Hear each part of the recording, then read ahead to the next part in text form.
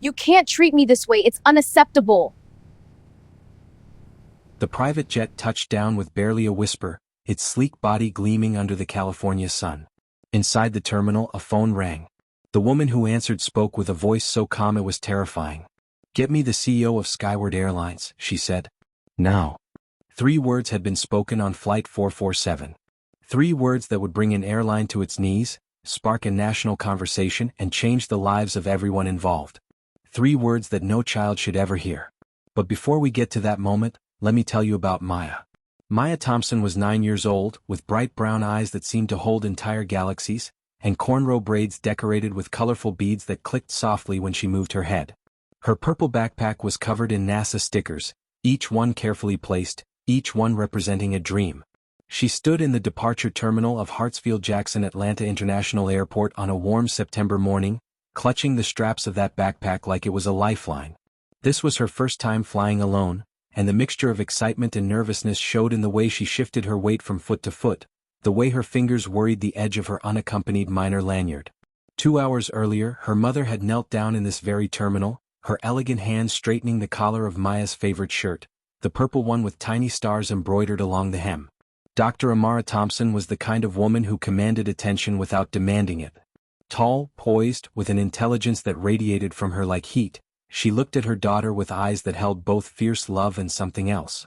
Worry, perhaps. Or maybe it was the weight of knowledge, the understanding that came from years of navigating a world that didn't always make space for people who looked like them. "You remember everything we talked about?" Amara had asked, her voice gentle but firm. Maya nodded, reciting the list they'd gone over a dozen times. "Keep my documents in the front pocket. Stay with the flight attendants. Don't talk to strangers. Call you as soon as I land. And?" Amara prompted. "And remember that I belong anywhere I choose to be," Maya finished, the words coming out like a well-practiced mantra. Amara smiled, but there was something bittersweet in it. She pulled her daughter close, breathing in the scent of the coconut oil she'd used on Maya's hair that morning. "I'm so sorry I can't take you with me to Tokyo, baby. This meeting, I know, Mom. It's important. You're pitching the new satellite system to the international consortium." Maya's voice held no resentment, only understanding beyond her years. She'd grown up in boardrooms and laboratories, had learned early that her mother's work wasn't just a job. It was a calling. Stellar Dynamics, the aerospace company Amara had built from nothing, was changing the world. Maya was proud of that even when it meant moments like this. "Grandma is so excited to see you," Amara said, pulling back to look at her daughter's face as if memorizing it. "She's already planning to take you to the observatory, and she mentioned something about making her famous peach cobbler." Maya's face had lit up at that. Her grandmother, Grace Thompson, was magic in human form. Where Amara was all sharp edges and brilliant focus, Grace was warmth and wisdom, the kind of woman who could make you feel loved and safe with just a smile. A week with Grandma Grace in Los Angeles sounded like heaven. "You're going to have the best time," Amara continued. "First class all the way, comfortable seat, good food, maybe you'll even get to see the cockpit." She'd insisted on first class for Maya's first solo flight. Wanted her baby girl to be comfortable, to be treated well, to have an experience that would make her feel special rather than scared. If only she'd known. They'd hugged one more time, long and tight, and then Maya had walked toward her gate with a courage she didn't entirely feel, turning back every few steps to wave at her mother, who stood watching until her daughter disappeared from sight. Amara Thompson had built rockets, had negotiated with world leaders, had stared down rooms full of men who'd underestimated her and proved them all wrong. But watching her 9-year-old daughter walk away alone? That might have been the hardest thing she'd ever done. Now Maya sat at gate B-17, her boarding pass clutched in one hand, a book about black holes open in her lap. She wasn't really reading though. Her eyes kept drifting to the other passengers, to the families with small children, to the business people typing furiously on laptops, to the elderly couple sharing a cinnamon roll. She wondered what their stories were, where they were going, whether any of them were as nervous as she felt. The book she was pretending to read was one of her favorites, filled with illustrations of swirling galaxies and dying stars, explanations of event horizons and gravitational waves written in language simple enough for a child to understand but complex enough to make her think. Maya loved astronomy. Loved the idea that they were all made of stardust, that the iron in her blood and the calcium in her bones had been forged in the heart of an exploding star billions of years ago. Her mother had taught her that. Had taught her to look up at the night sky and see not just beauty but possibility. had taught her that the universe was vast and mysterious and full of wonders, and that a little black girl from Atlanta had just as much right to explore it as anyone else. Flight 447 to Los Angeles, now boarding all passengers. The gate agent's voice crackled over the intercom. Maya's heart jumped. This was it. She closed her book carefully, tucked it into her backpack, and joined the line of passengers shuffling toward the jet bridge. Her fingers found the unaccompanied minor lanyard around her neck, the laminated tag that marked her as someone traveling alone, someone who needed watching, someone who was supposed to be taken care of. That's when she first saw Jennifer Carlisle. The lead flight attendant stood at the entrance to the aircraft, her uniform crisp and perfect, her hair pulled back in a bun so tight it looked painful. She was probably in her early 40s, with the kind of face that might have been pretty if it ever smiled genuinely. But the smile she wore now, the one she gave to the passengers as they boarded, didn't quite reach her eyes. Those eyes were pale blue, cold, assessing each person as they passed, categorizing them in ways she probably didn't even consciously realize. When a well-dressed white couple approached, Jennifer's smile widened. "Welcome aboard. Let me help you with that bag. Your seats are just down here on the right, you'll be very comfortable." When a young white businessman passed, she nodded warmly. "Good afternoon, sir. Can I get you anything once we're in the air? Champagne, perhaps?"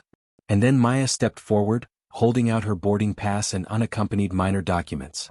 Jennifer's smile didn't exactly disappear, but it changed. Became tighter. More forced. Her eyes flicked from the documents to Maya's face, down to her purple backpack with its NASA stickers, back up to her cornrow braids with their colorful beads. Something shifted in her expression, something so subtle that Maya couldn't name it, but she felt it.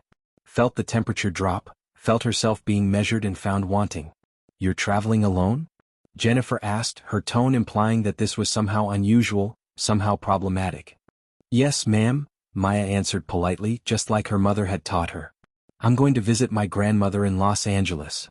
Jennifer took the documents, examined them with exaggerated thoroughness, as if expecting to find something wrong. She said, and it wasn't quite a word, just a sound that conveyed doubt. "First class, seat 3A. "Yes, ma'am." "That's quite expensive for a child traveling alone." It wasn't a question, but it hung in the air like an accusation wrapped in false concern. Maya didn't know what to say to that. Was she supposed to apologize for her ticket? Explain that her mother could afford it? She settled for, "My mom wanted me to be comfortable." Jennifer's lips pressed into a thin line. She handed the documents back without another word, just gestured vaguely toward the interior of the plane.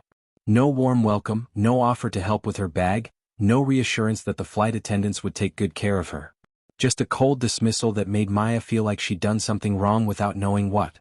Maya walked down the aisle, aware of Jennifer's eyes on her back, aware suddenly of how she must look, a small black girl alone on a plane full of adults who belonged in ways she apparently didn't. The first-class cabin was beautiful, all leather seats and warm lighting, so different from the couple of times she'd flown in economy with her mother.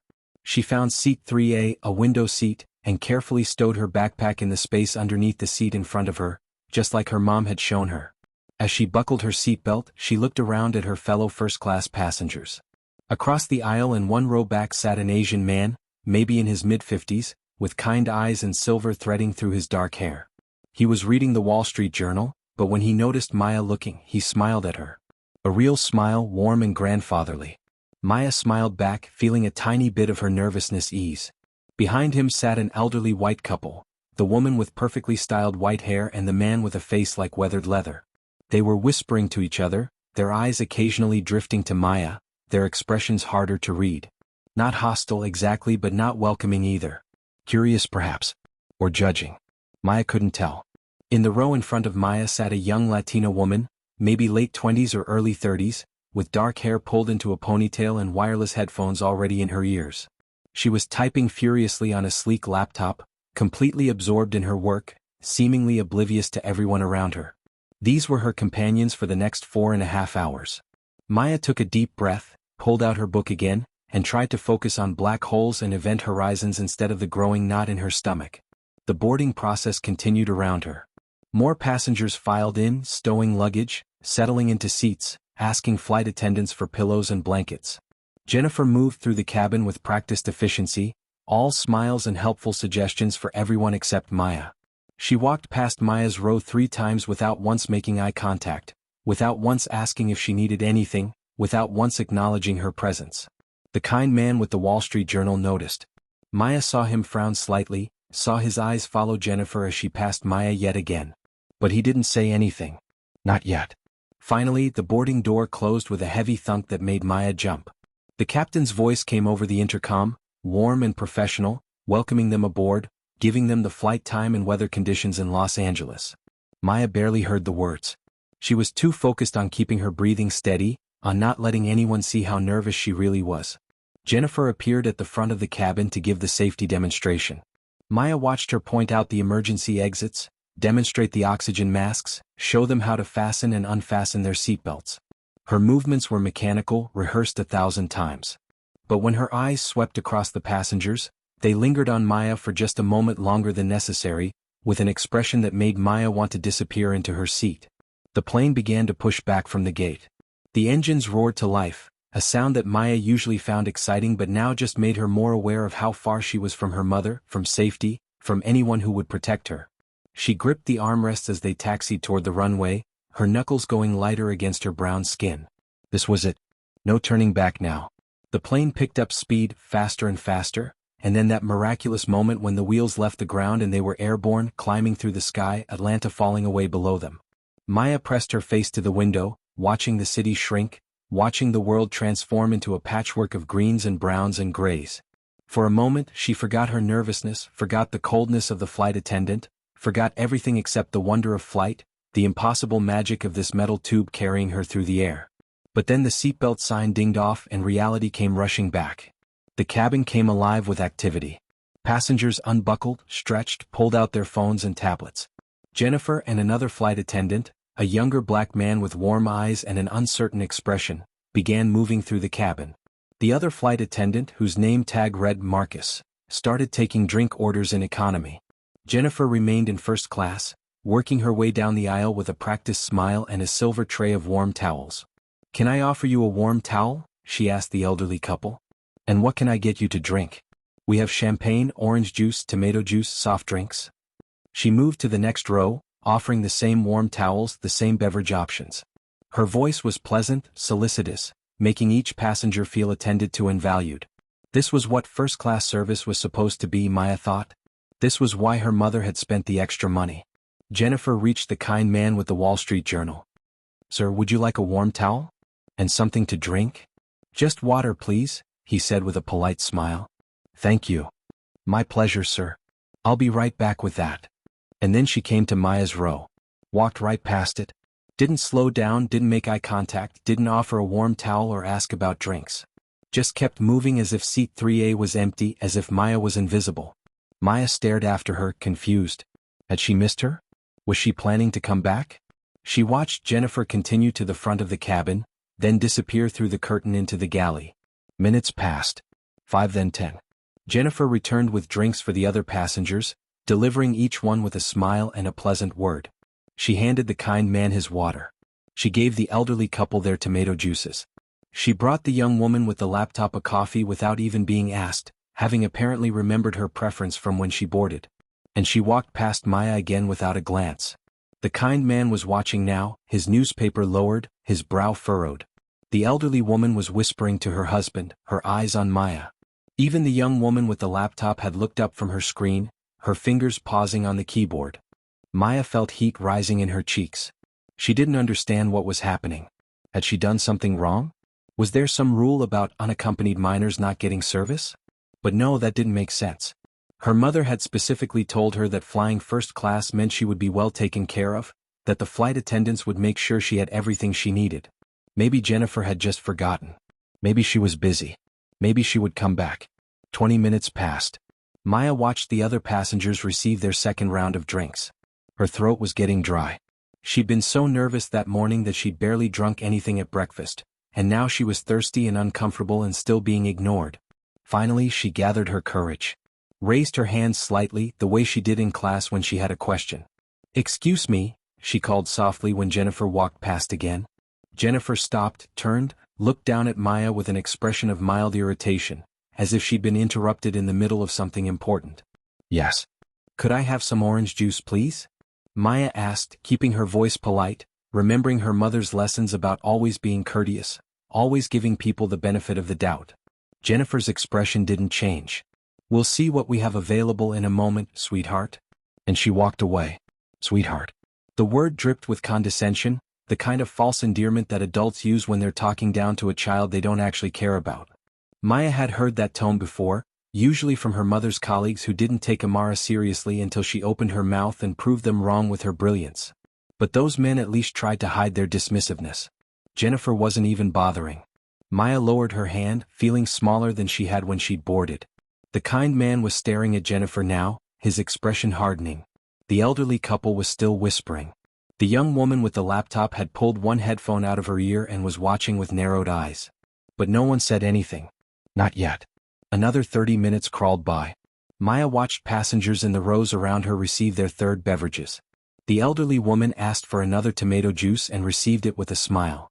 The kind man requested more water and got it immediately. Even the young woman with the laptop, who hadn't asked for anything, received an offer of a coffee refresh. But Maya might as well have been a ghost. Her bladder was starting to ache now. She needed to use the restroom, but after being ignored for drinks, she was scared to ask for anything else. What if Jennifer said no? What if she got in trouble? But the pressure was building and she couldn't ignore it anymore. She waited until Jennifer passed her row again, then stood up quickly, her voice coming out smaller than she intended. "Excuse me, I need to use the restroom." Jennifer didn't even slow down. "The lavatories are occupied. You'll need to wait."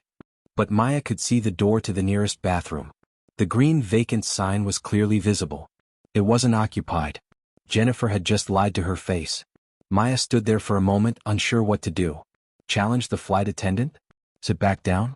Try again later? She settled for returning to her seat, her face burning with humiliation and confusion.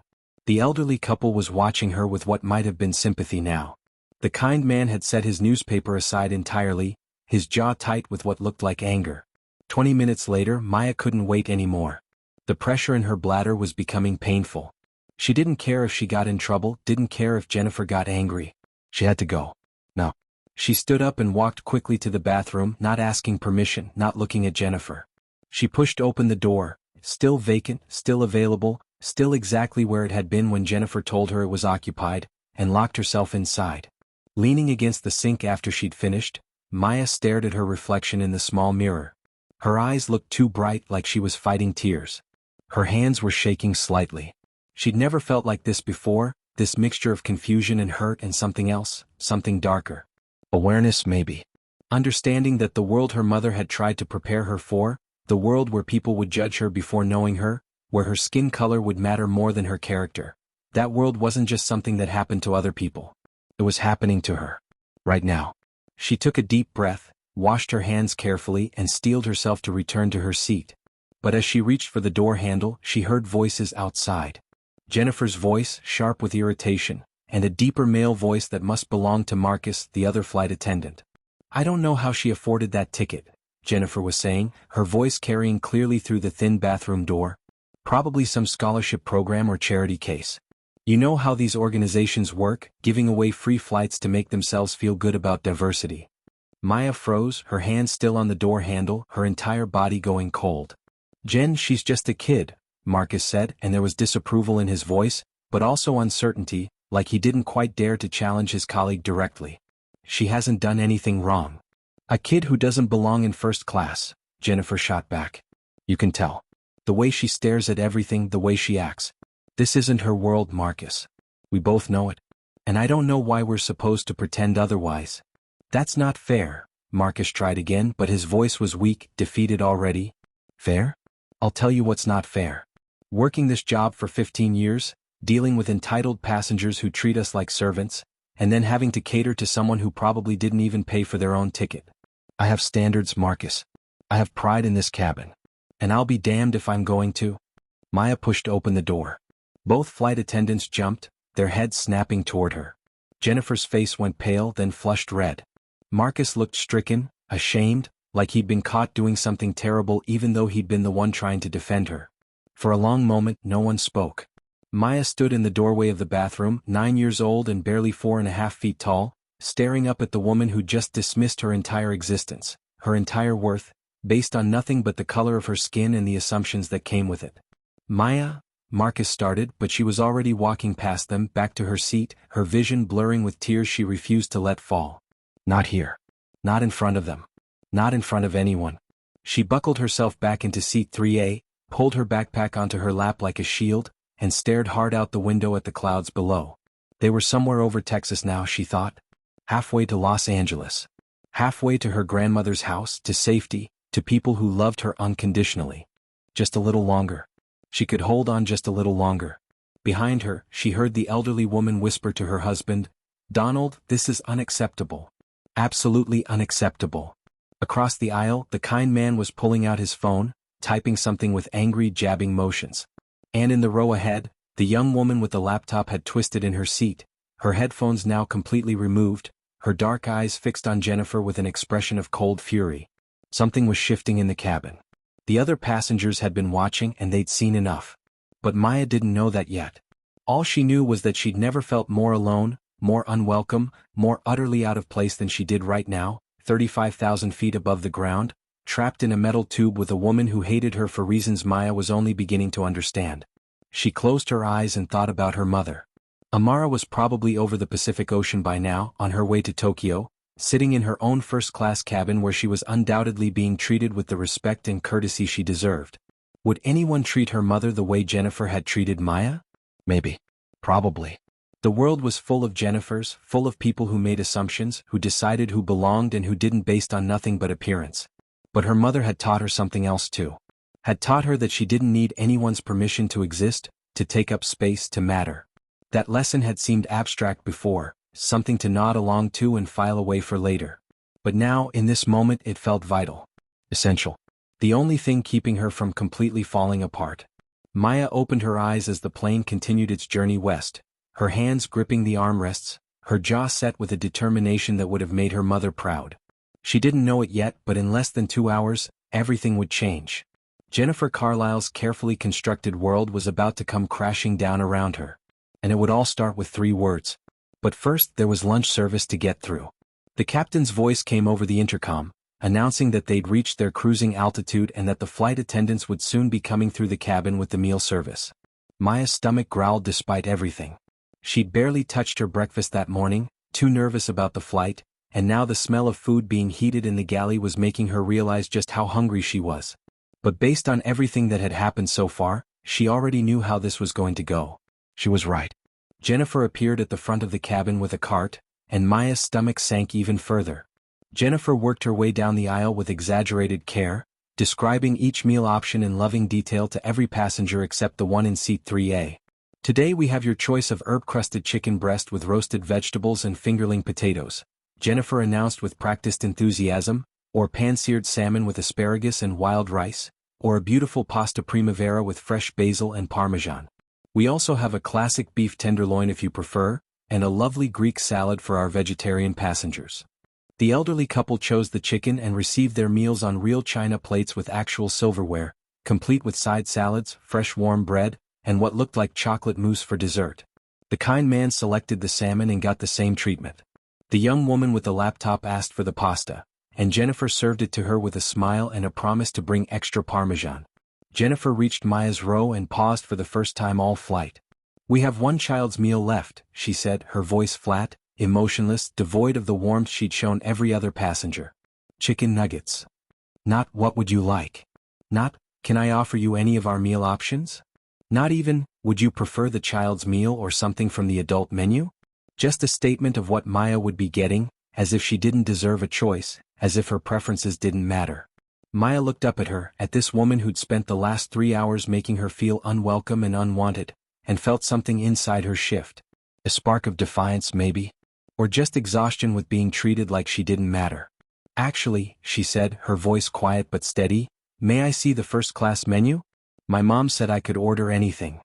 Jennifer's jaw tightened. Her fake smile became even more strained. "The child's meal is appropriate for young passengers." "I don't really like chicken nuggets," Maya continued, her heart pounding but her voice not wavering. "Could I have the pasta, please?" The cabin had gone very quiet. Every passenger in first class was watching now, the pretense of minding their own business abandoned entirely. This was a showdown, A battle of wills between a 9-year-old girl and a woman who decided that girl didn't belong. The child's meal, Jennifer repeated, her tone harder now, edged with something that might have been anger or might have been panic at having her authority challenged, is what we have for you. And that's when the kind man with the Wall Street Journal did something that would stick in Maya's memory forever.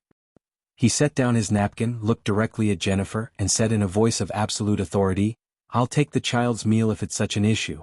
Give her my pasta." Jennifer's face flushed red. She opened her mouth, closed it, opened it again. "Sir, that won't be necessary.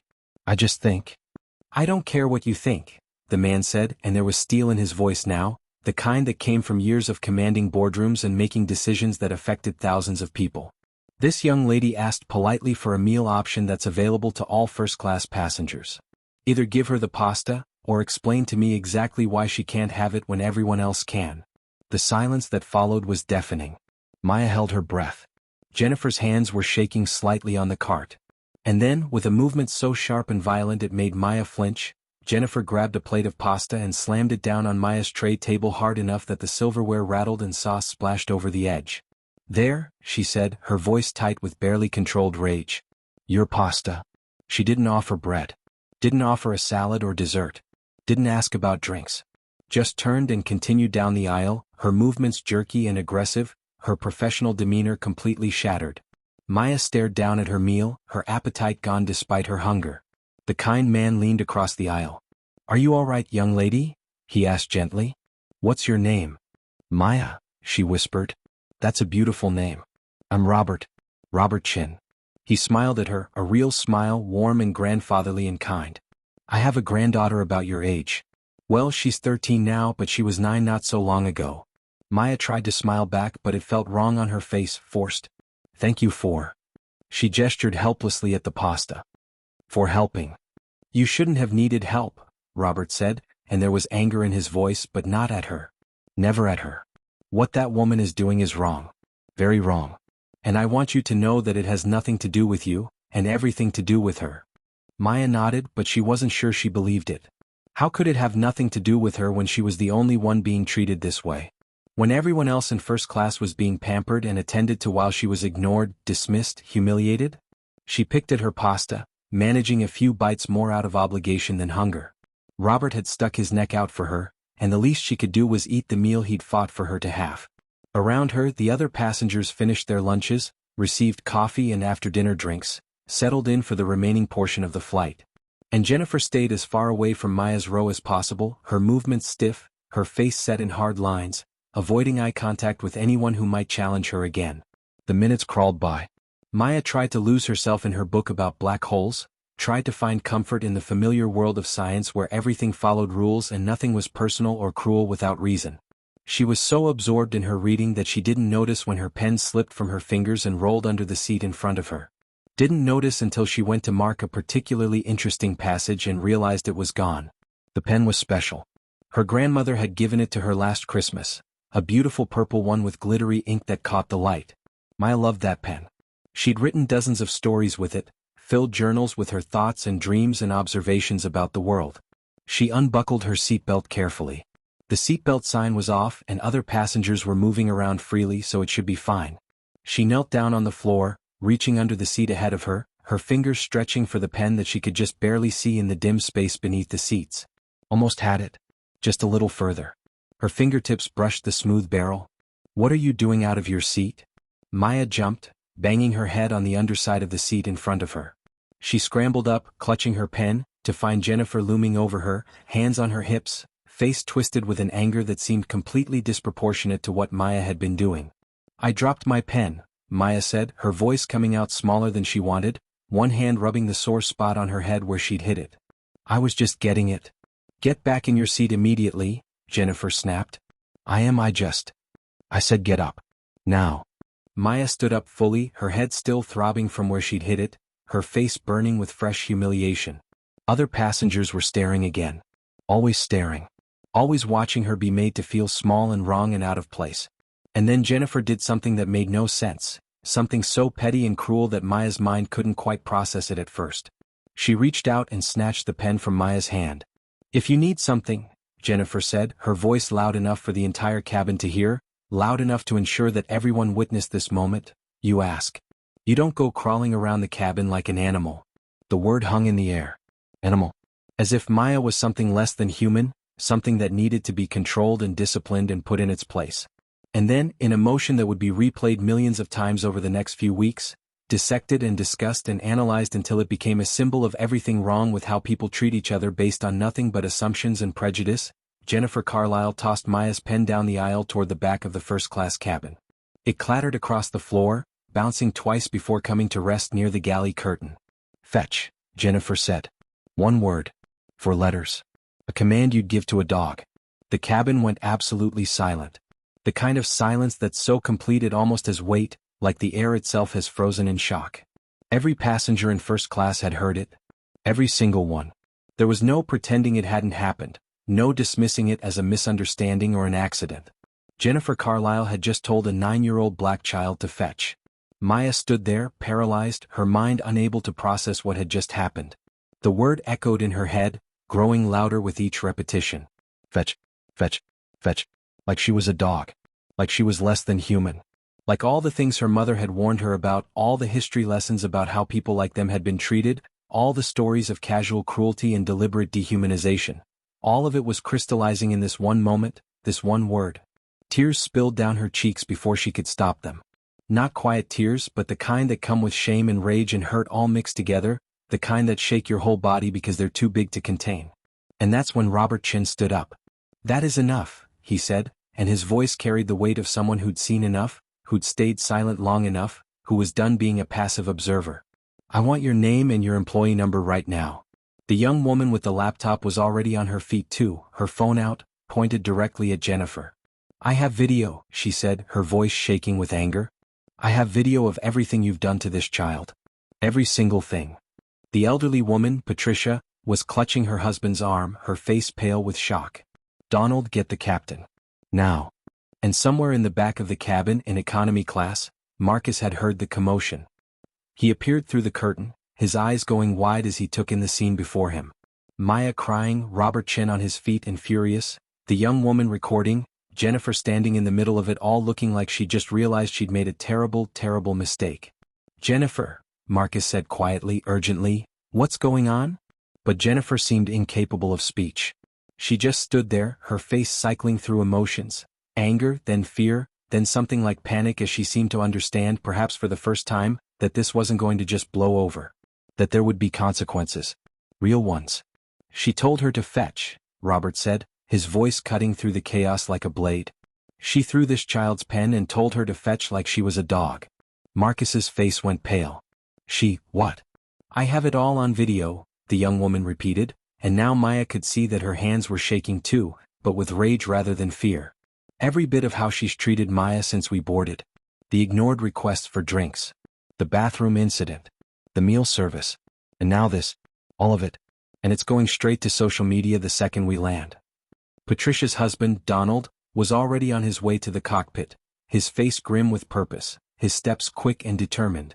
And Maya just stood there in the middle of it all, crying, her arms wrapped around herself, wanting to disappear, wanting to be anywhere but here, wanting her mother so badly it physically hurt. Maya, Robert said gently, kneeling down so he was at her eye level, blocking her view of Jennifer and everyone else. Maya, honey, look at me. This is not your fault. Do you understand? None of this is your fault. But Maya couldn't look at him. Couldn't look at any of them. Could only stand there and cry and wish she'd never gotten on this plane, never tried to fly first class, never thought she could belong in a world that clearly didn't want her. The young woman with the laptop stepped forward, still recording but with her free hand gently touching Maya's shoulder.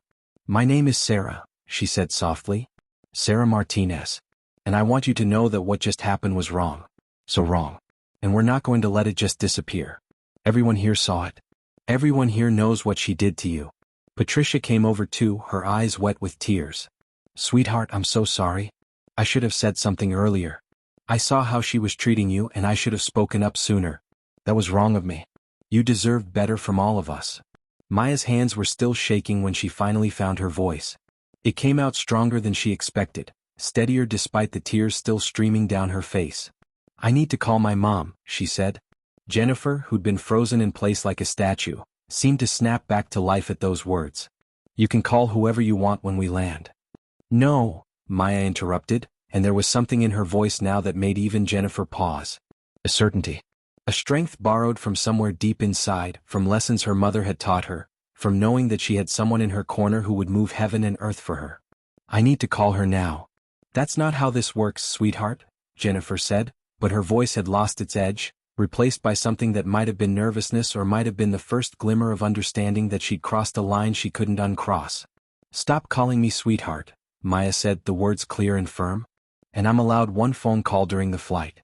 It's in the unaccompanied minor policy. My mom made sure I knew my rights. Robert Chen smiled despite the tension, despite the awfulness of everything that had happened. This little girl, this brave, brilliant little girl, was standing up for herself in a way that made him proud even though she wasn't his child, wasn't his responsibility, was just a stranger he'd met a few hours ago on a plane. She's right, he said, looking at Jennifer with an expression that could have frozen water. Unaccompanied minors are entitled to one phone call during flight. It's airline policy. Your airline's policy. Jennifer looked around at the cabin full of witnesses, at the young woman still recording on her phone, at Marcus who was watching her with an expression that clearly said she was on her own here. She was trapped, backed into a corner of her own making, with no way out except forward. Fine, she bit out. One brief call. 2 minutes. She retrieved the air phone from its cradle with movements that were jerky and aggressive, brought it to Maya, and slammed it down on the tray table hard enough to make Maya flinch. You have 2 minutes, Jennifer said. And it's expensive, so I hope whoever you're calling can afford it. Even now, even in this moment when she should have been trying to salvage something from the wreckage of her professionalism, she couldn't help herself. Couldn't help making that final dig, that last implication that Maya didn't belong, that whoever was paying for her ticket was probably struggling to do so. Maya picked up the phone with shaking hands. She knew the number by heart. Her mother had made sure of that, had drilled it into her memory along with emergency contacts and important addresses. She dialed, each number a small act of defiance, each beep a promise that help was coming. The phone rang once. Maya's heart was pounding so hard she could feel it in her throat, in her fingertips, in her chest. Twice. Jennifer stood over her, arms crossed, her face a mixture of annoyance and barely concealed anxiety. 3 times. Please answer, Maya thought desperately. Please, Mom, please answer. And then, on the 4th ring, a voice. Calm, professional, but with an undercurrent of immediate concern because her daughter was calling during a flight, and that meant something was wrong. Maya? Baby, what's wrong?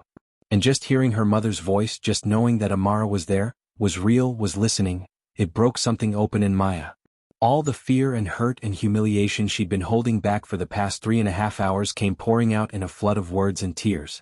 Mom, she sobbed, the word catching in her throat. She said, fetch. Silence on the other end. Complete, total silence. But Maya knew her mother well enough to know what that silence meant. It was the silence before a storm. The quiet before someone with the resources and determination of Dr. Amara Thompson decided that something needed to be destroyed and rebuilt from the ground up. When Amara spoke again, her voice was very soft, very controlled, and absolutely terrifying in its calmness. Put her on the phone, she said.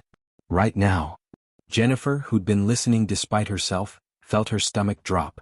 There was something in that voice, something that spoke of authority and consequences and a level of power that was making her realize she might have made a mistake.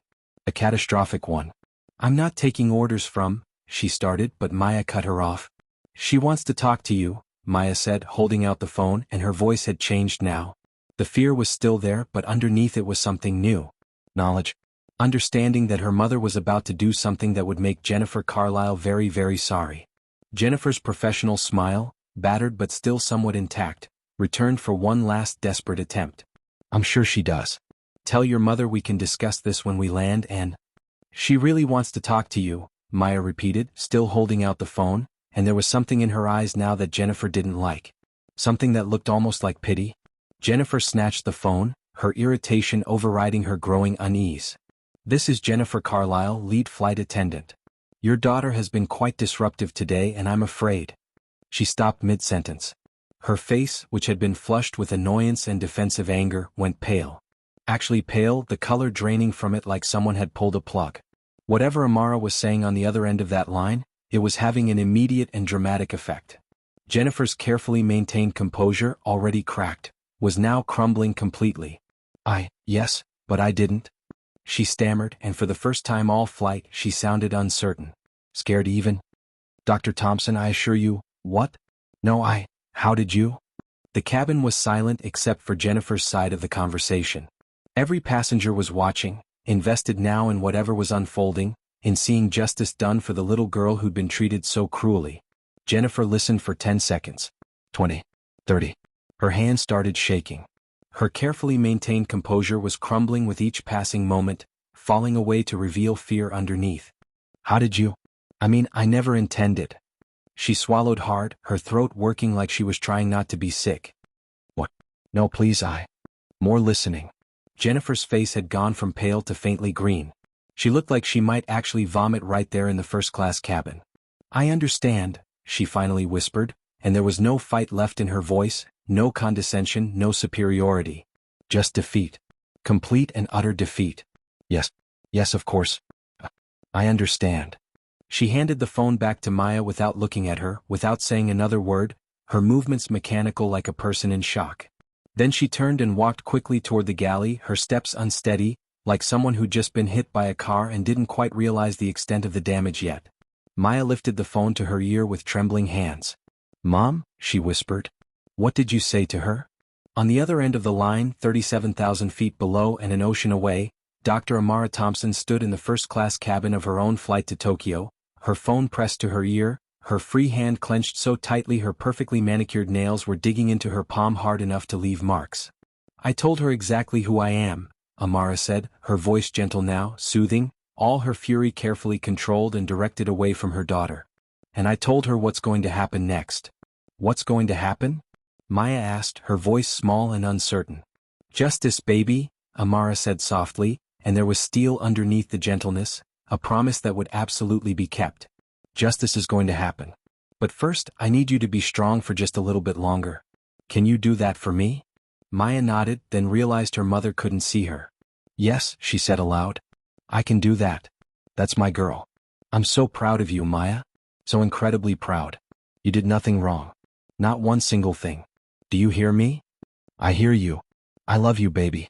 And I'll be there as soon as I possibly can. I'm turning this plane around right now. I'll be in Los Angeles before nightfall. You don't have to, Maya started, but Amara cut her off. Yes, I do. You're my daughter and you needed me and I wasn't there. That ends now. I'm coming home. They said goodbye, both of them crying now but for different reasons. Maya hung up the phone and sat back in her seat, feeling somehow lighter despite everything. Her mother knew. Her mother was coming. And somehow that made all of this bearable. In the galley, Jennifer was hyperventilating. Marcus had followed her back, watching with growing concern as she leaned against the counter, her breath coming in short, sharp gasps, her carefully applied makeup starting to run as sweat beaded on her forehead. Jen, what's going on? He asked for what felt like the 100th time. Who was that woman? Jennifer couldn't speak, could barely breathe, could only replay Amara's words in her head, each one a hammer blow to the carefully constructed world she'd built for herself, the one where she could judge and dismiss and treat people however she wanted with no consequences. Dr. Amara Thompson, founder and CEO of Stellar Dynamics, one of the world's youngest black female billionaires.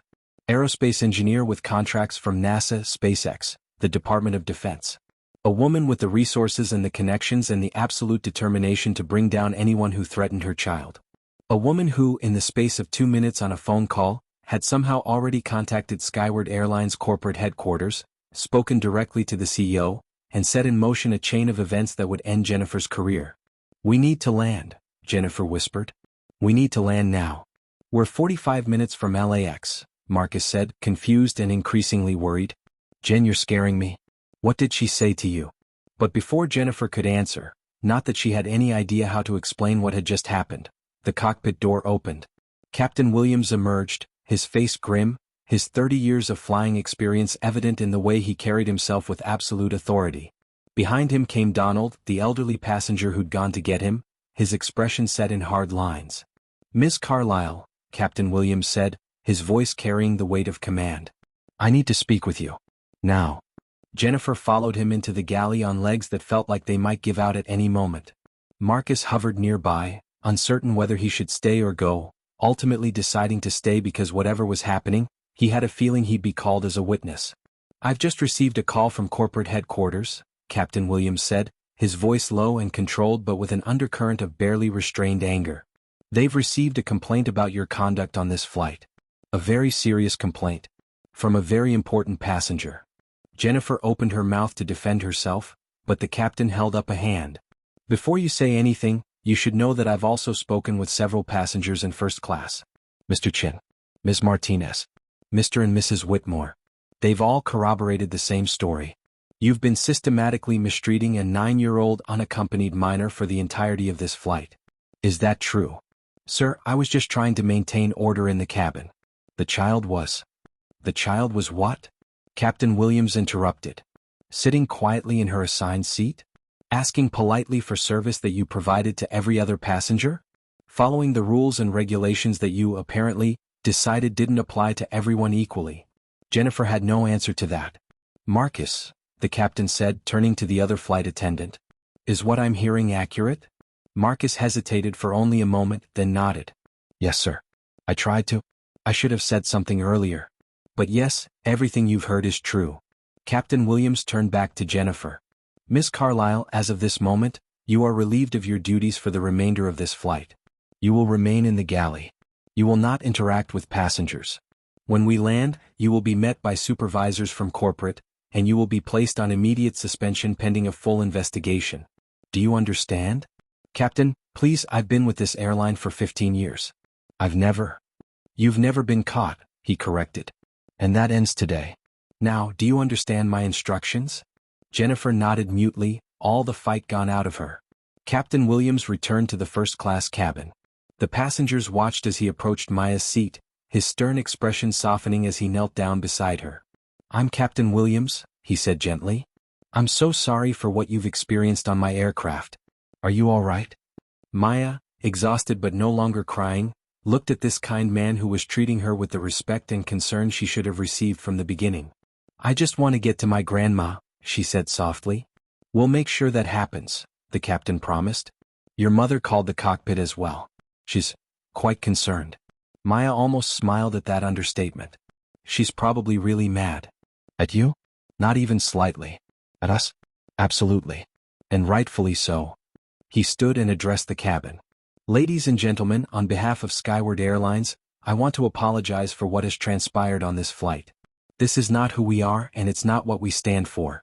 I assure you that this matter will be investigated fully and appropriate action will be taken. Sarah Martinez, still recording, spoke up. Captain, I have video evidence of Miss Carlisle's conduct throughout the flight. I'm happy to provide it to your investigation. Thank you, ma'am. That would be very helpful. We'll have representatives meet with you when we land. Robert Chen added, I'll also be providing a written statement. And I'll be contacting my attorney to discuss what legal options might be available to ensure this kind of treatment doesn't happen to other children. The captain nodded gravely. I understand completely, sir. Again, on behalf of Skyward Airlines, I deeply apologize. He returned to the cockpit, and the cabin slowly returned to a semblance of normalcy, though the atmosphere had fundamentally changed. Passengers whispered among themselves, some angry, some shocked, all of them processing what they'd witnessed. Marcus took over the first-class service, and his first action was to approach Maya with a gentle smile and a cart full of snacks and drinks. Maya, I'm Marcus. I'm so sorry for how you've been treated today. Can I get you anything at all? Anything you want, it's yours. Maya looked at him, this man who'd known what was happening but hadn't been strong enough to stop it until it was too late, and saw genuine remorse in his eyes. She was learning that there were different kinds of people in the world. There were the Jennifers who would hurt you based on nothing but prejudice. There were the Roberts and Sarahs and Patricias, who would eventually stand up for you even if they didn't at first. And there were the Marcuses who knew something was wrong but lacked the courage to speak up until others did it first. Could I have some orange juice? She asked quietly. And maybe some cookies? Absolutely, Marcus said, his voice thick with emotion. Coming right up. He brought her orange juice in a real glass with ice. He brought her a plate of cookies and added chocolate chip ones that weren't even on the menu, special ones that the crew kept for themselves. He brought her a warm blanket and a pillow. He treated her with the kindness and respect she should have received from the beginning. Robert Chen watched this with approval, then pulled out his tablet. He'd been searching during the commotion, and now he understood exactly what had Jennifer so terrified. He showed his screen to Sarah Martinez. It was a Forbes article from 6 months ago. Dr. Amara Thompson, the aerospace engineer who built an empire. The article detailed a remarkable story. PhD from MIT at 24. Revolutionary satellite technology that made existing systems obsolete. Contracts with NASA, SpaceX, the European Space Agency. A company, Stellar Dynamics, that had gone from a startup in her garage to a multi-billion-dollar corporation in less than a decade. A woman who'd faced down sexism and racism in the aerospace industry and won every single time. And this was Maya's mother. Sarah's jaw dropped. No way. She showed the article to Patricia, who read it and immediately understood why Jennifer had looked like she'd seen a ghost. Donald read over his wife's shoulder, shaking his head in amazement. That poor little girl, Patricia said softly. Her mother built all of this, achieved all of this, and some flight attendant with a chip on her shoulder treated her daughter like garbage. Not just a flight attendant, Sarah corrected. A racist flight attendant who made assumptions based on skin color and decided a black child couldn't possibly belong in first class. The word hung in the air. Racist. No one had said it explicitly until now, had danced around it with euphemisms like inappropriate and unacceptable. But Sarah wasn't interested in euphemisms. That's what this was, she continued, her voice firm. Racism. Pure and simple. She saw a black child and decided that child was less deserving, less worthy, less human than the white passengers around her. And she treated her accordingly. Robert nodded slowly. You're right. And it's important to name it for what it is. Not just poor treatment or misunderstanding. Racism. Maya, hearing this conversation from her seat, felt something shift inside her. Adults were saying out loud what she'd been feeling but couldn't quite articulate. They were naming the thing that had made her feel so small, so wrong, so unwelcome. And somehow having it named made it less terrifying. Made it something that could be confronted and fought rather than something invisible and insidious that she couldn't quite grasp. The plane began its descent toward Los Angeles. The captain announced their approach, gave the local time and temperature, thanked them for flying skyward Airlines. Maya looked out the window at the city coming into view below, at the sprawling urban landscape, at the ocean glittering in the afternoon sun. Somewhere down there was her grandmother, waiting to take her home, to hold her and love her and make her feel safe again. And somewhere over the Pacific, her mother was on a plane flying in the opposite direction, turning around mid-flight, rearranging international business deals and disappointing important people because her daughter needed her. Maya had learned something today. Something hard and painful but important. She'd learned that the world her mother had tried to prepare her for was real. That there would always be people who would judge her based on her skin before they knew her heart. That she would have to be stronger, braver, more resilient than she should have to be. But she'd also learned something else. She'd learned that she had a voice. That she could stand up for herself. That knowing her rights mattered. That her mother was right when she said she belonged anywhere she chose to be. And she'd learned that there were good people in the world too. People like Robert who would stand up for a stranger's child. People like Sarah who would document injustice and refuse to let it be swept under the rug. People like Patricia who would admit when they should have spoken up sooner. Even people like Marcus who were learning to find their courage. The plane touched down with a gentle bump, and passengers began gathering their things, pulling out phones, preparing to disembark. But first class was different. No one was in a rush. They were all waiting to see what would happen next. The plane taxied to the gate, and through the window Maya could see a crowd of people waiting on the jet bridge. Airport security. Airline officials in suits. And standing at the front of the group, elegant and powerful and absolutely furious, was a woman who could only be Dr. Amara Thompson. She said she'd be here, Maya whispered, her eyes filling with tears again, but happy ones this time. She came. The seatbelt sign dinged off. Captain Williams emerged from the cockpit and made an announcement. Ladies and gentlemen, please remain seated for just a moment. We have a special passenger disembarking first. He walked back to first class, offered his hand to Maya. Maya, would you come with me? Maya took his hand, standing on legs that felt shaky. As she walked toward the front of the plane, something remarkable happened. The entire first-class cabin stood up. Robert Chen, Sarah Martinez, Patricia and Donald Whitmore. Every single passenger.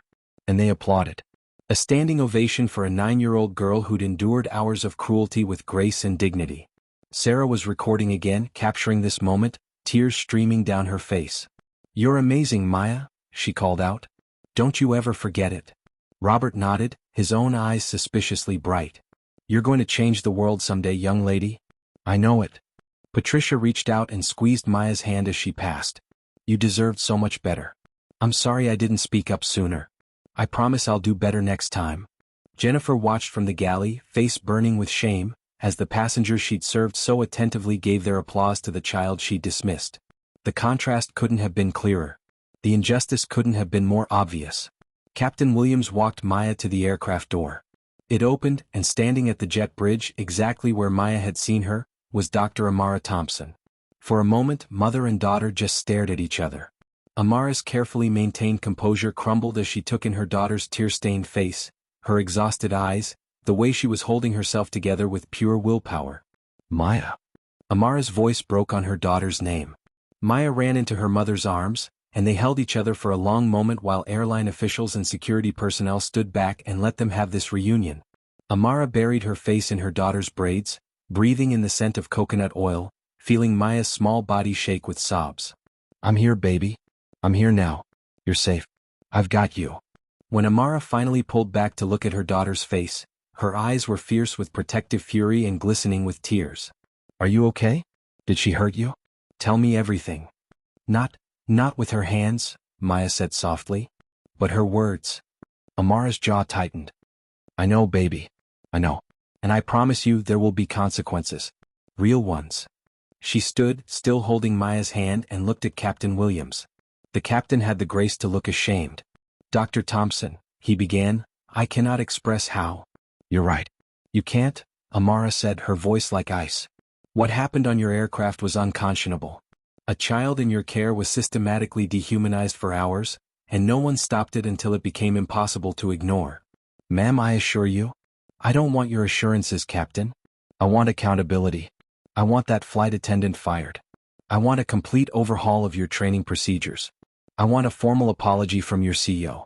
And I want a written guarantee that this will never happen to another child on your airline. Standing behind the captain were several people in Skyward Airlines corporate attire, and one of them stepped forward. A woman in her 50s, immaculately dressed, with the bearing of someone very senior in the organization. Dr. Thompson, I'm Linda Morrison, Vice President of Operations for Skyward Airlines. On behalf of our company, I want to express our deepest apologies for what your daughter experienced today. This is absolutely not acceptable, and we take full responsibility. Full responsibility, Amara repeated. Does that include immediate termination of the flight attendant responsible? Linda Morrison didn't hesitate. Ms. Carlisle has been placed on immediate suspension pending the results of our investigation. Based on what we've learned so far, including video evidence and passenger testimony, I can tell you that termination is highly likely. Not highly likely, Amara corrected.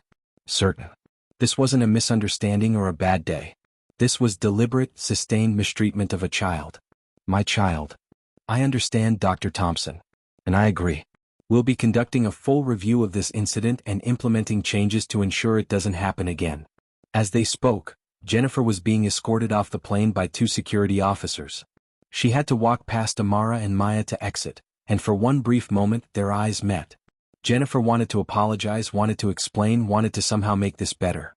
But looking at Amara Thompson's face, at the cold fury in her eyes, the protective way she held her daughter, the absolute certainty that Jennifer had made an enemy who had both the resources and the determination to destroy her, she realized there was nothing she could say.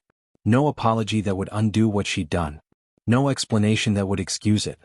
Dr. Thompson, Jennifer tried anyway, her voice shaking, I want to apologize. I didn't know. Amara held up one hand, stopping her mid-sentence, her voice cutting like a scalpel. You didn't know who she was. That's your apology? You didn't know she was my daughter? You didn't know she was connected to someone powerful? Jennifer floundered. No, I meant I didn't know. So if she had been just any black child, Amara continued, her voice deadly calm, your behavior would have been acceptable? If she had no powerful parent to call, no resources to fight back, treating her like an animal would have been fine. That's not what Let me be very clear, Miss Carlisle. My daughter is not special because I'm wealthy. She's not worthy of respect because of who I am or what I've built. She deserves respect because she's a human being. Because she's a child. Because she exists. Every child on every flight deserves the same dignity and care, regardless of who their parents are or what they look like. Jennifer was crying now, her professional facade completely shattered. Please, I need this job. I have bills I have. You should have thought of that, Amara said, her voice like steel, before you told my 9-year-old daughter to fetch. Before you spent hours making her feel unwelcome and unwanted. Before you decided that your prejudices were more important than a child's dignity. I'm sorry, Jennifer whispered. I'm so sorry. You're sorry you got caught, Amara corrected. You're sorry there are consequences. But you're not sorry for what you did. If you were, you would have stopped yourself hours ago. You would have seen a frightened child traveling alone and chosen kindness. But you didn't. You chose cruelty. And that was a choice, Miss Carlisle. Not a mistake. A choice. The security officers led Jennifer away. She was sobbing now, her career in ruins, her reputation destroyed, her future uncertain. Behind her, she could hear passengers disembarking, could hear them talking about what had happened, could hear them saying her name with disgust. She'd worked for Skyward Airlines for 15 years. She'd prided herself on her professionalism, her attention to detail, her ability to maintain order in her cabin. And in less than 4 hours she'd destroyed it all. Not because of one moment of anger or one careless mistake, but because of dozens of choices, each one designed to make a child feel small and unwelcome. Back at the gate, Maya's grandmother had finally been allowed through. Grace Thompson was 62 years old, with silver hair and elegant locks and a face that radiated warmth. When she saw her granddaughter, she let out a sound that was half sob, half laugh. There's my star girl. Maya ran to her grandmother, and Grace caught her up in a fierce hug, holding her tight while Amara stood back and watched, her own eyes wet with tears. I'm sorry, Grandma, Maya said into Grace's shoulder. I'm sorry I cried on the plane. I tried to be brave like Mom taught me, but... Hush now, Grace said, pulling back to look at Maya's face, her hands gentle on her granddaughter's cheeks. You were brave. The bravest. Standing up for yourself, knowing your rights, calling for help. That's what brave looks like. Not pretending you're not hurt, but dealing with hurt with grace and strength. You did that, baby. You did that beautifully. Amara joined them, her arms going around both her mother and her daughter.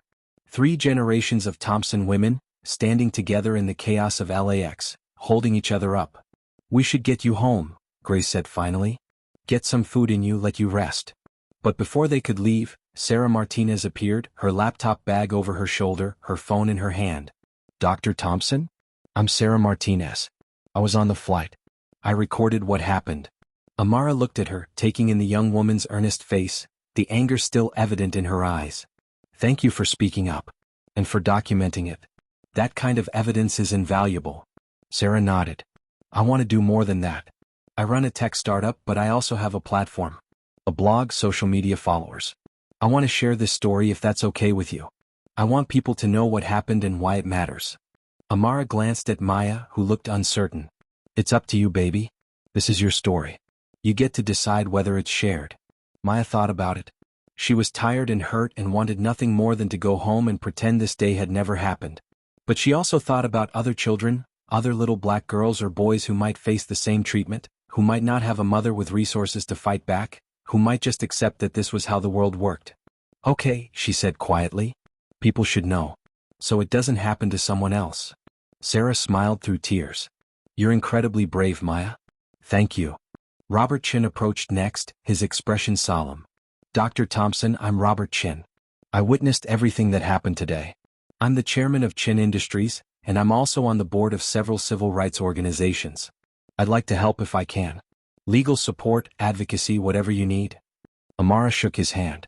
Thank you, Mr. Chen, for standing up for my daughter when she needed it. I wish I'd done it sooner, Robert said with genuine regret. I should have intervened the moment I saw how she was being treated. I'll do better next time. I promise you that. Patricia and Donald Whitmore were there too, looking ashamed but determined. We're so sorry, Patricia said. We should have spoken up immediately. We saw what was happening and we stayed quiet, and that was wrong.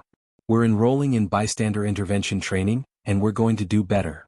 The airport was starting to fill with news crews now, having gotten wind of an incident involving a billionaire and an airline. Amara saw them and made a quick decision. Come on, she said to Maya and Grace. Let's go out through the side exit. You don't need to deal with cameras right now. But Maya surprised her. No, Mom. I want to say something. Amara looked at her daughter, at this small, brave girl who'd been through so much today. Are you sure? Maya nodded. She'd found her voice on that plane, and she wasn't ready to be quiet again just yet. They approached the cluster of news cameras and reporters. Microphones were thrust forward, questions shouted from all directions. Dr. Thompson, can you tell us what happened? Is it true your daughter was mistreated on the flight? Are you planning to sue Skyward Airlines? Amara held up a hand for silence, then knelt down next to Maya. My daughter would like to say something. The cameras focused on Maya, this small 9-year-old with braids and a purple backpack, standing in the middle of an airport surrounded by adults and chaos. A reporter knelt down to Maya's level, holding out a microphone gently. Maya, can you tell us what happened today? Maya took a breath, gathered her courage, and spoke. A flight attendant was mean to me because of how I looked. She didn't think I belonged in first class. She didn't think I deserved the same treatment as other passengers. She ignored me when I asked for things. She told me to fetch like I was a dog. Her voice was clear and steady, and every word was being recorded, would be played on news broadcasts across the country. How did that make you feel? Another reporter asked gently. Sad and confused, because my mom taught me that everyone deserves kindness. But I also learned something today. What did you learn? That when people try to make you feel small, you can still stand tall. That my voice matters. That knowing my rights matters. And that there are good people who will stand up for you, even if they're strangers.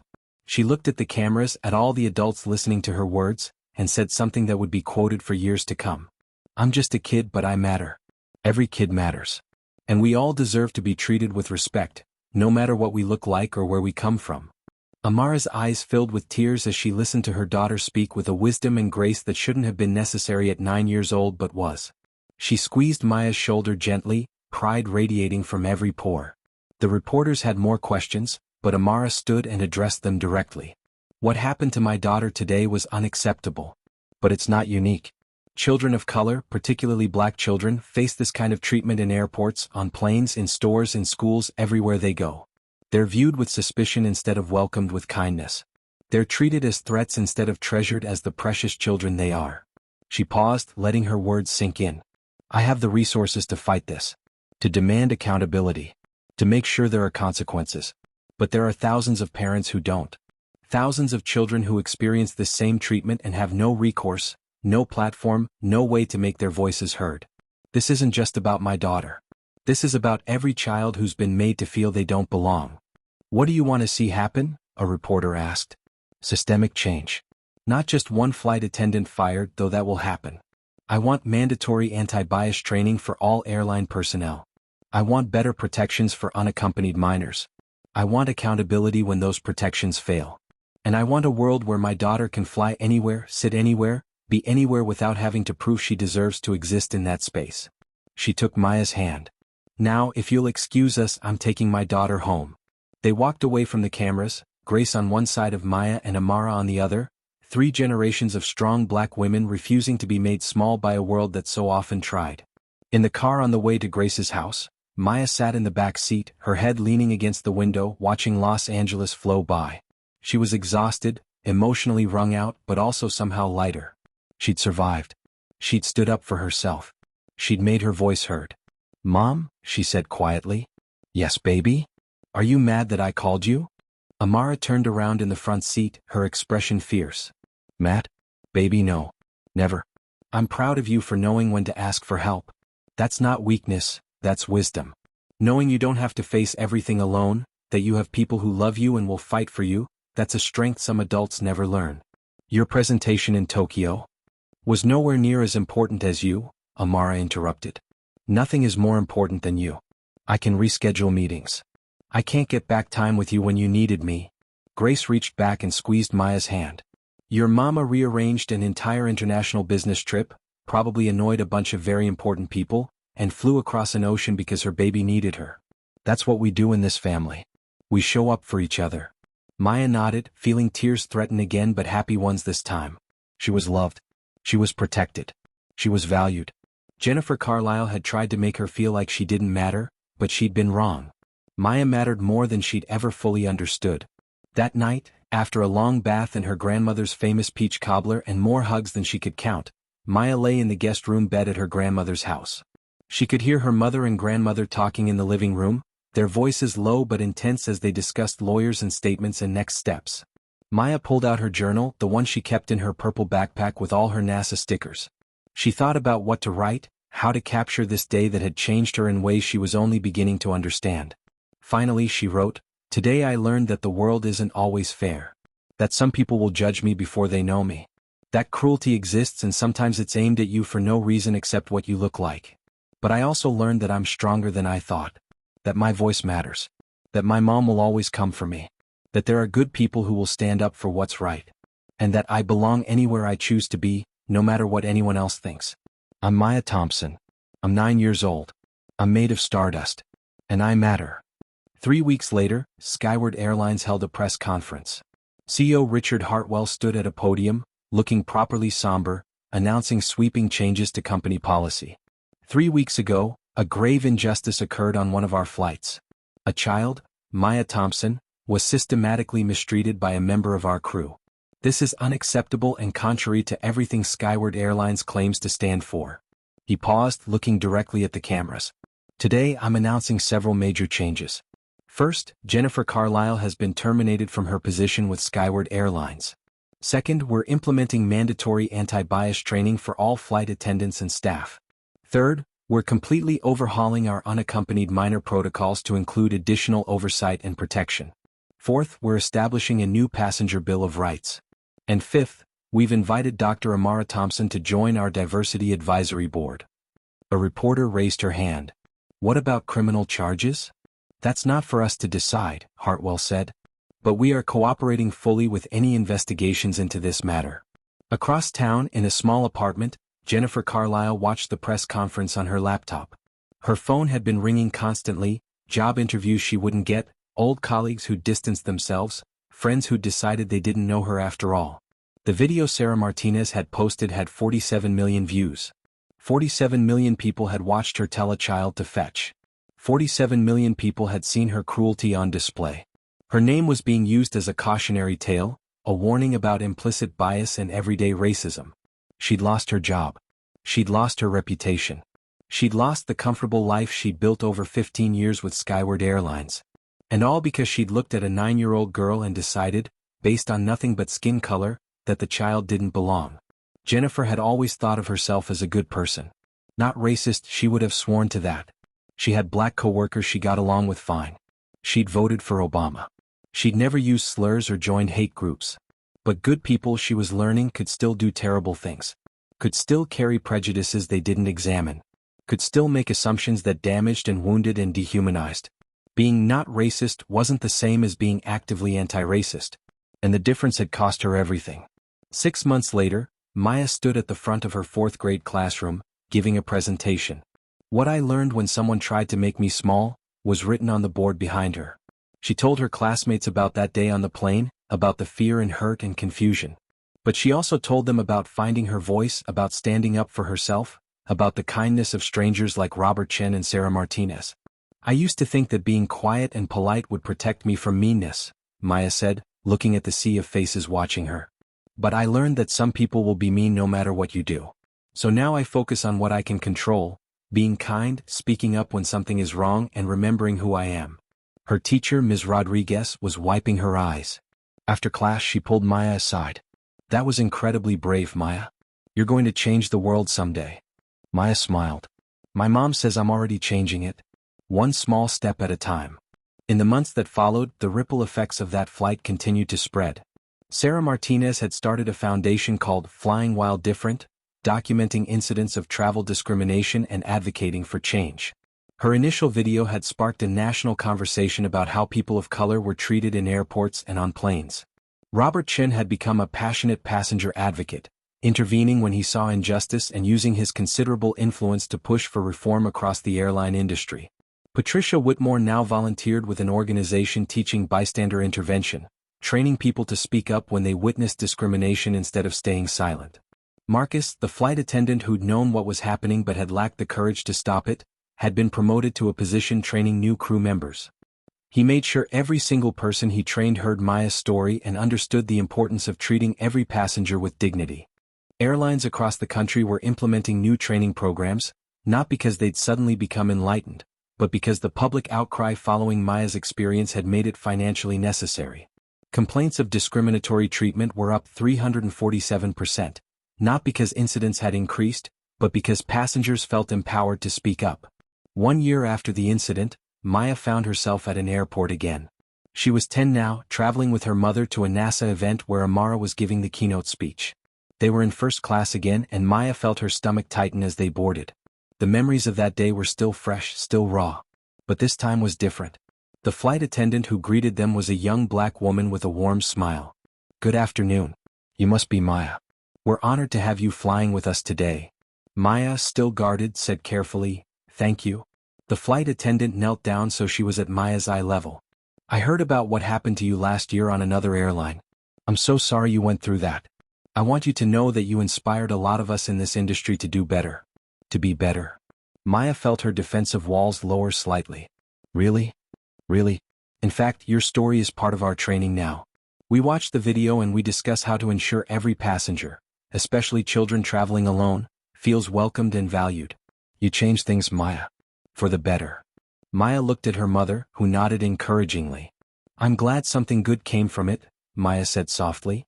The flight was everything the previous one should have been. The attendants were kind and attentive. The service was excellent. No one made assumptions about whether Maya belonged. She was just another passenger, treated with the same respect and courtesy as everyone else. As they were landing, Maya looked out the window at the clouds below. "What are you thinking about, baby?" Amara asked. "I was scared to fly again. After last time." "I know you were. But you did it anyway. That's courage."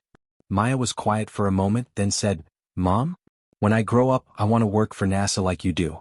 I want to build satellites and rockets and maybe even help send people to Mars. But I also want to make sure kids like me never feel the way I felt that day." Amara's eyes filled with tears. "You can do both, sweetheart. You can reach for the stars and pull others up with you. That's what the best people do. They achieve great things and they make the path easier for those who come after them." Maya smiled. "Made of stardust, right?" "Made of stardust," Amara confirmed. "All of us. Which means we're all precious. All valuable. All worthy of respect and dignity and kindness." They deplaned together, hand in hand, ready to face whatever came next. Maya had learned hard lessons at 9 years old, lessons about prejudice and cruelty and the casual racism that could wound as deeply as any physical blow. But she'd also learned about resilience. About advocacy. About the power of speaking up and standing firm in her own worth. She'd learned that she had allies even among strangers. That documentation and evidence mattered. That knowing her rights was a form of protection. Most importantly, she'd learned that her mother was right. She belonged anywhere she chose to be. And anyone who tried to tell her otherwise would have to answer not just to her, but to everyone she'd inspired to be braver, to speak louder, to demand better. Maya Thompson was 10 years old, with cornrow braids and NASA stickers on her backpack and dreams of exploring the universe. She'd been made to feel small by someone who should have protected her. But she'd refused to stay small. She'd stood tall, spoken up, and in doing so, had sparked changes that would protect countless other children. The flight attendant who'd told her to fetch was gone, her career destroyed by her own cruelty. But Maya remained. Growing, learning, thriving, carrying forward the lessons of that painful day and transforming them into strength. Years from now, she would look back on this moment as a turning point. The day she learned that the world wasn't always kind, but that she had the power to be kind anyway. The day she learned that injustice existed, but that she could fight against it. The day she learned that her voice mattered, and that using it was both a right and a responsibility. But for now, she was just a 10-year-old girl walking through an airport with her mother, heading to a NASA event, dreaming of stars and satellites and a future where no child would ever again be made to feel they didn't belong in a space they'd earned the right to occupy. She was Maya Thompson. She was made of stardust. And she mattered. We all do. If this story moved you, if it made you think about the casual cruelties we witness and sometimes ignore, if it reminded you that every child deserves dignity and respect regardless of their skin color or their parents' wealth or status, then share it. Let Maya's story reach the people who need to hear it. The children who need to know they matter. The adults who need to remember to stand up when they witness injustice. The industry professionals who need to examine their own biases. And remember, we're all made of stardust. Which means we're all precious. All of us. No exceptions.